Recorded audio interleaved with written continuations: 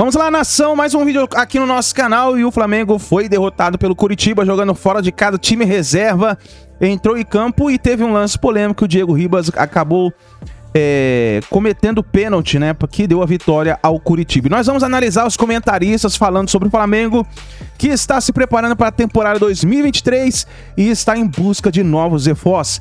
E nessa jogada aí, provavelmente vamos ver aí retornos de jogadores, como por exemplo, já foi especulado o caso do Gerson retornar ao Flamengo, já imaginou?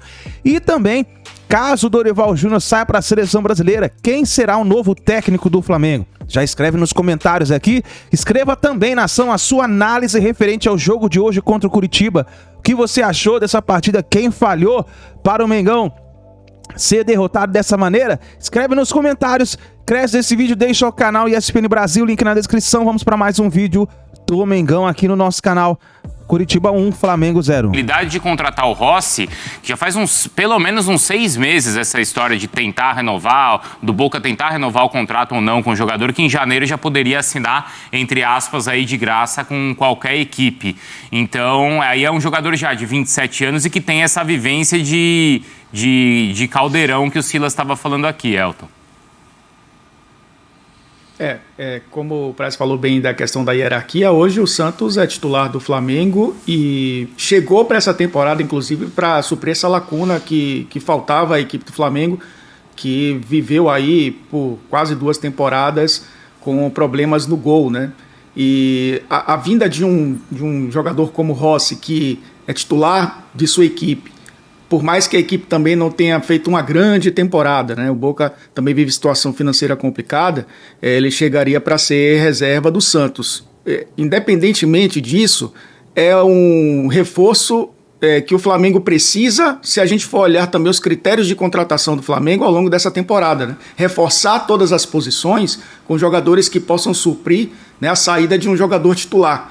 E nesse novo ciclo de Copa do Mundo, para 2026, certamente o Santos vai estar ali inserido em várias datas FIFA, o Flamengo vai estar inserido em várias competições, muitas vezes desgastantes, e você tendo um jogador que consiga suprir o seu titular à altura, é o ideal para um elenco que quer continuar sendo soberano no futebol brasileiro, ou pelo menos dividindo esse protagonismo dentro do futebol brasileiro. Então é muito natural que se pense num jogador de uma qualidade técnica próxima do seu titular, porque de fato o Flamengo está precisando, né? Não que o Hugo seja um goleiro ruim, mas vive desde que subiu para o profissional essas críticas que muitas vezes são pesadas e exageradas e que atrapalham inclusive a formação do atleta, mas que talvez com 2 goleiros experientes e que aumentam a competitividade, né, pela titularidade, isso também favoreça um jovem goleiro. O próprio Rossi saiu, o Rossi saiu do Boca.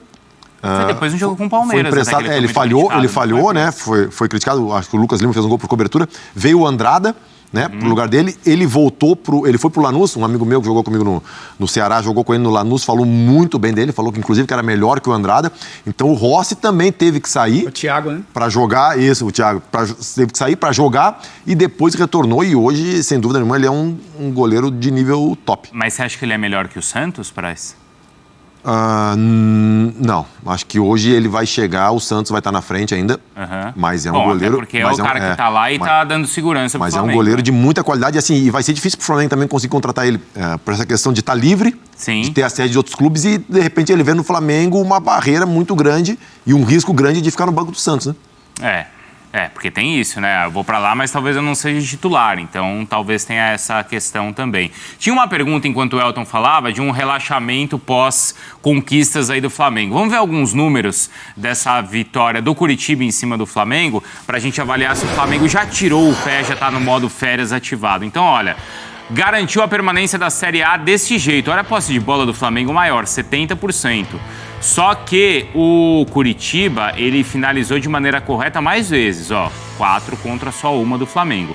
Grandes chances criadas, aí foram 3 do Flamengo, ações na área do rival, 26 do Flamengo, passes certos, o Flamengo trocou mais passes, só que o Curitiba mordeu mais, até pelo fato também do Flamengo ter ficado mais tempo com a bola, né? Então, consequentemente, o Curitiba precisou apertar mais. O Flamengo ele relaxou? É normal esse relaxamento? Olha aí, ó, pouco inspirado. Jogos com menos chutes certos do Flamengo, então, nesse Campeonato Brasileiro.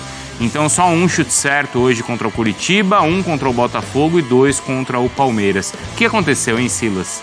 Você tem por um lado, né? Você tem o Matheus França, você tem o Mateusão, você tem o Vitor Hugo, que são meninos que estão no céu. Todos os meninos que subiram da base, são os ativos do clube. E eles estão vendo, o Renier saiu, o Rodrigo Muniz saiu, o Vini Júnior saiu. Ou seja, o Flamengo... O Flamengo é uma canteira, como eles falam lá fora, na Espanha, de fazer jogador. Por outro lado, você tem aquela turma do meio do caminho que não deve ficar. Diego Ribas, que deve sair, né? Alguns que já saíram.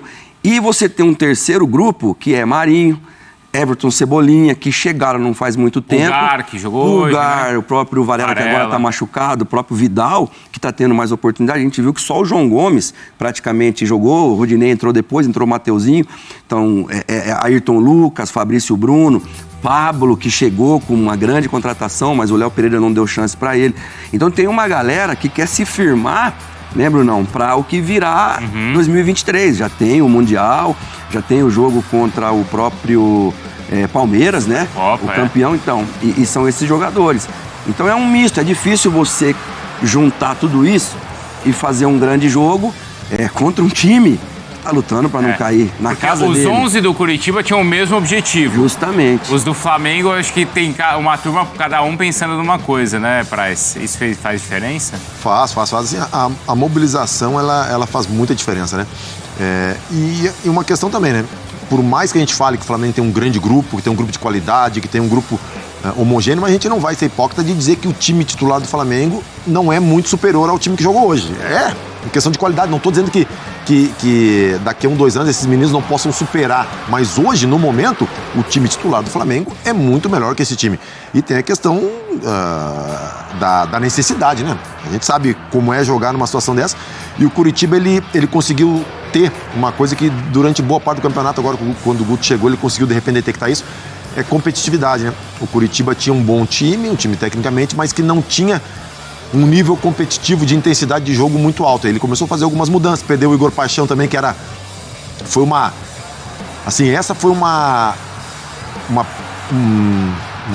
determinação do Curitiba lá, um movimento que foi muito arriscado, né? Porque o Igor Paixão era um cara que era um diferencial no Curitiba, assim, um dos poucos diferenciais de intensidade, de contra-ataque. E o Curitiba decidiu por negociar, né? E nesse jogo o Curitiba conseguiu ter uma intensidade muito boa, apesar do Flamengo ter muito mais posse de bola, criar mais, mas o Curitiba, dentro da sua proposta de jogo, jogou bem. O Hugo fez a defesa de uma falta, teve uma cabeçada, teve um outro passe errado do Diego Ribas, que também surgiu uma oportunidade de gol. Então o Curitiba conseguiu ser competitivo. E o Curitiba em casa vem fazendo, não faz uma campanha ruim, né? Conseguiu segurar o Internacional recentemente também, né, Elton? Então ali no Couto Pereira é normal que as equipes tenham dificuldades contra o Curitiba. O grande problema do Curitiba foi os jogos fora de casa também, né? Porque venceu só o primeiro agora contra o Juventude recentemente, passou quase o campeonato inteiro sem vencer uma partida como visitante. Como o Praz falou bem, né? De um lado você tem um time não desmotivado, né? Mas desmobilizado por conta de ter cumprido já seus objetivos na temporada, e do outro fazendo o jogo da vida, né? A gente sabe que o Curitiba vive situações de rebaixamento e acesso e briga contra o rebaixamento já há um bom tempo, e olha para o outro lado e vê seu rival disputar títulos importantes. O Atlético Paranaense nos últimos anos tem sido muito forte em relação ao Curitiba, né, deixando o Curitiba muito distante, mas a gente está falando de um time de um clube, né, que tem uma torcida enorme e que tem um peso e uma responsabilidade enorme também. A gente lembra de um rebaixamento contra o Fluminense que quase destruiu o Couto Pereira, né? O Curitiba precisou passar um tempo jogando fora de casa, justamente de portões fechados, por conta do que aconteceu. Então, era um jogo onde a intensidade do adversário era muito maior em relação ao Flamengo. Não é aquele Flamengo do Atlético Goianiense lá da primeira rodada do segundo turno, aquele time que o Dorival colocou pela primeira vez, o time reserva, no final de julho. A gente está falando de quase 6 meses, né, 5 meses mais ou menos. As coisas mudaram a partir dali, e esses jogadores também, a maioria, passou a ser utilizada no time principal, né? E isso também causou desgaste na maioria desses jogadores. olhando do ponto de vista de concorrência também, a partir do momento em que você dá férias ou folga a alguns jogadores, você está dizendo claramente que aqueles são seus principais jogadores e que jogaram mais ao longo da temporada. Então, lógico que esse jogo acaba sendo de uma desmobilização natural de uma equipe que já cumpriu seus objetivos e enfrentou um adversário que jogou para vencer e jogou bem, né? Um 4-1-4-1 do Coritiba com duas linhas bem fechadas ali, o Jesus entre as duas linhas, o Cardorini passou a ser titular, né, com o Léo Gamalho, mesmo sendo o artilheiro da equipe, o Guto apostou num outro jogador, colocou o Aleph Manga e o Robinho para jogar nas costas do Marinho e do Cebolinha, sobrecarregou os laterais do Flamengo. A gente está falando também de um adversário que impôs dificuldades ao Flamengo, é claro que tem esse ponto de vista de motivação, mas eu acho que do ponto de vista técnico o Coritiba também conseguiu se impor e venceu com méritos. O que salva o Coritiba do rebaixamento é essa campanha em casa agora. Dos últimos 6 jogos, 5 vitórias e 1 empate. O empate foi esse contra o Internacional, agora recentemente. Então, como esses jogos no Couto Pereira foram importantes para o Coxa. Já aqui no Sport Center tem tudo sobre seleção brasileira, tá? A gente vai falar bastante sobre o Felipe Coutinho, que preocupa a comissão técnica da seleção para a lista de amanhã. Mas agora o Dorival Júnior fala aqui no Sport Center, depois então da vitória do Coxa em cima do Flamengo. Vamos lá. O transcorria de uma maneira até o momento do gol, da penalidade anotada. E depois disso passamos a ter, ou melhor, não tivemos mais jogo. Então, a partir do momento em que saiu o gol do Coritiba, corretamente, penalidade correta, acabou acontecendo que nós não tivemos mais jogo. E isso daí complicou muito a nossa possibilidade de uma reação, porque o jogo não fluía mais. Passamos a ter um tempo muito grande de bola parada, com muita conversinha, deixou que as coisas acontecessem, jogava-se a bola de um lado para o outro, não se repunham bolas. Foi uma pena isso, porque quebrou muito o espetáculo, a qualidade do espetáculo, até porque se o Coritiba fez o gol, foi por um merecimento, mas eu acredito que ainda poderíamos ter tido uma outra sorte na partida em razão de tudo que foi feito, de tudo que foi realizado desde o primeiro tempo. A equipe muito bem posicionada, muito bem postada, difícil infiltrar na equipe adversária, mas as oportunidades que nós tivemos, poderíamos tê-las aumentada essa condição se tivéssemos um jogo um pouco normal, um pouco mais solto, um pouco mais jogado. E não foi isso que aconteceu de determinado momento para frente. Dorival, independentemente do resultado, como é que você está encarando essa reta final? E queria que você falasse também sobre o anúncio do Diego, né, do encerramento da carreira do jogador, que foi importante a liderança dele para o Flamengo nos últimos anos. Eu acho que jogadores como o Diego, né, realmente têm uma importância muito grande, não só em campo, como dentro dos vestiários, e isso foi um diferencial para a nossa equipe ao longo dos últimos anos. Eu tenho que parabenizá-lo pela bela carreira, pela dignidade com que ele está finalizando a sua carreira.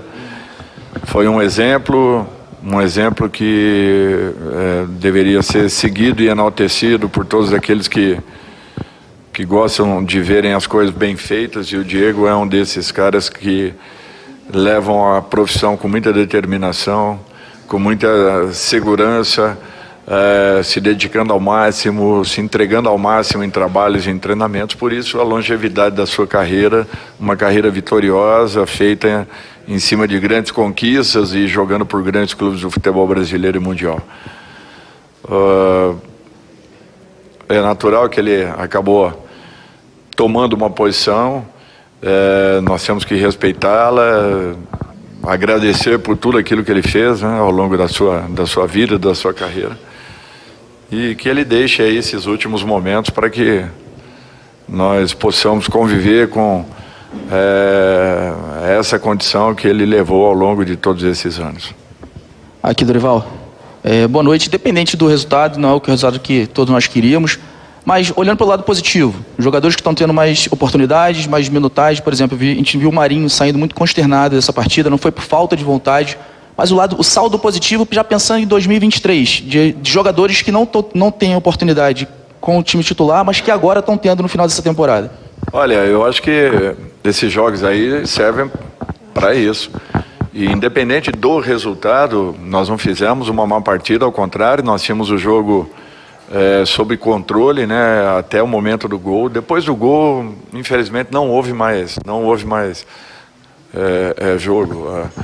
É uma pena que isso tenha acontecido, mas de um modo geral, assim, muitos jogadores, né, estão tendo uma oportunidade, cada um vai deixando o seu recado. Eu acho que isso é um fato importante.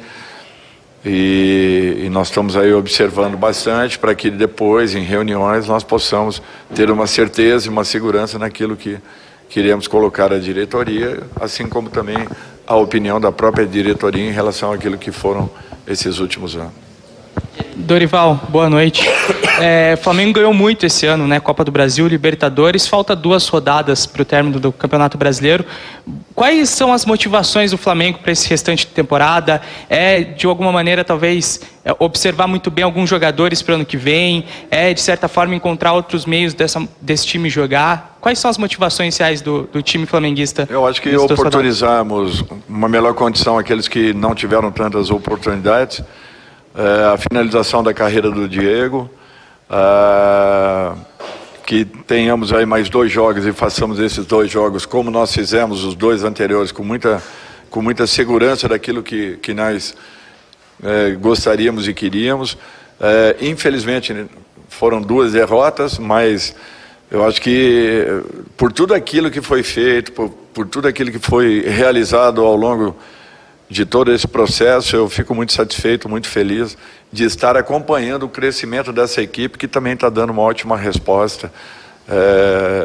Infelizmente os resultados não apareceram nessas 2 partidas, mas eu acho que tudo aquilo que foi feito ao longo dessa temporada tem que ter muito valor, porque esses jogadores foram e jogaram com muita responsabilidade, com muita determinação, dando uma ótima resposta ao nosso torcedor.